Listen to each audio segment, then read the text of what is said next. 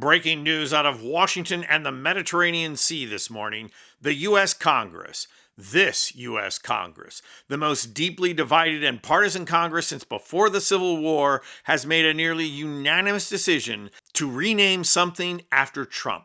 And no, it's not the Kennedy Center, it's not Dulles Airport, it's not even Orange, New Jersey. It's a U.S. Navy aircraft carrier. I'm going to provide all the details on this renaming effort, and you are going to want to see them all. So hit that subscribe button so we can continue to bring you the kind of media content and analysis that corporate media is too worried Trump will dump on them if they provide it.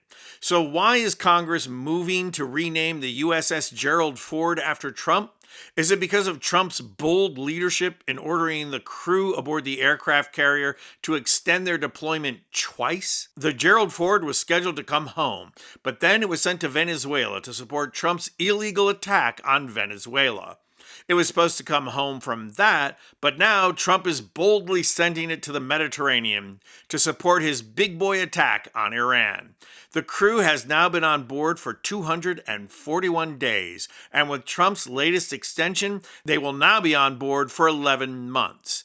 But sailors don't care about missing funerals and births and family members in the hospital.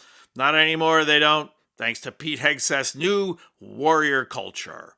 The fact that morale is at an all-time low, and yet Trump is ready to hurl them into a war that no one wants but Trump and Netanyahu, is the very definition of bold leadership. But no, that's not why Democrats are going along with renaming the Gerald Ford after Trump. Is it because the USS Gerald Ford is the largest ship in the U.S. Navy, and everyone knows how Trump always wants to have the biggest thing? The tallest building, the biggest this, the biggest that. It almost makes one think that Trump spends his life overcompensating, and no doubt why. But no, Democrats in Congress have agreed to rename the Gerald Ford after Trump for this reason. The planned US attack on Iran has a hitch.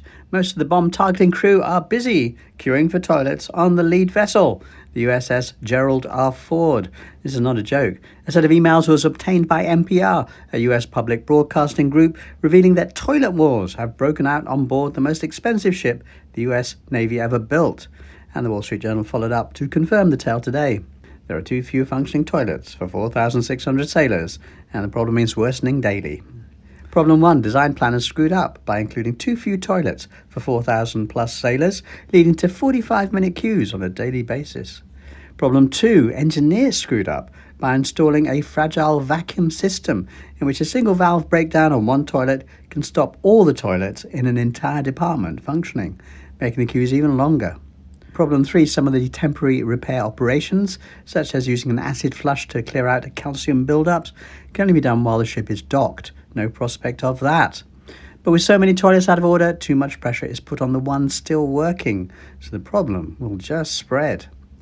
And the issues have already been mounting for more than a year. One result of all this is a war of words between sailors and onboard sewage staff, called hull technicians, or HTs.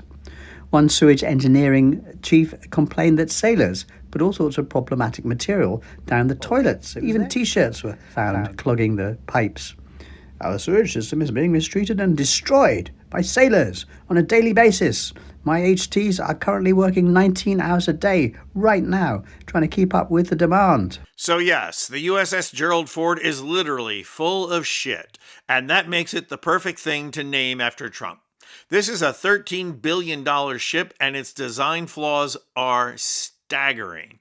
But those flaws are being exacerbated by an overworked crew who are silently protesting by flushing socks and other obstructing material down the toilets. This ship was designed to survive 40,000-pound underwater explosions, but it can't handle too many sailors having to take a dump at the same time. But in no way is the USS Gerald Ford in sailing shape and ready to support an attack force, especially the hordes of swift attack boats that Iran deploys in a hornet's nest strategy. But just as you expect, Pistol Pete and Sundowning Donnie aren't paying attention, because in the case of the USS Gerald Ford, they literally can't give a shit. I'm Anthony Vincent Gallo for Occupy Democrats. And if you like this video, please hit the like button and subscribe to our channel. You'll not only help out our channel, you'll be taking concrete action and helping get rid of Trump and the MAGA movement who ushered him in.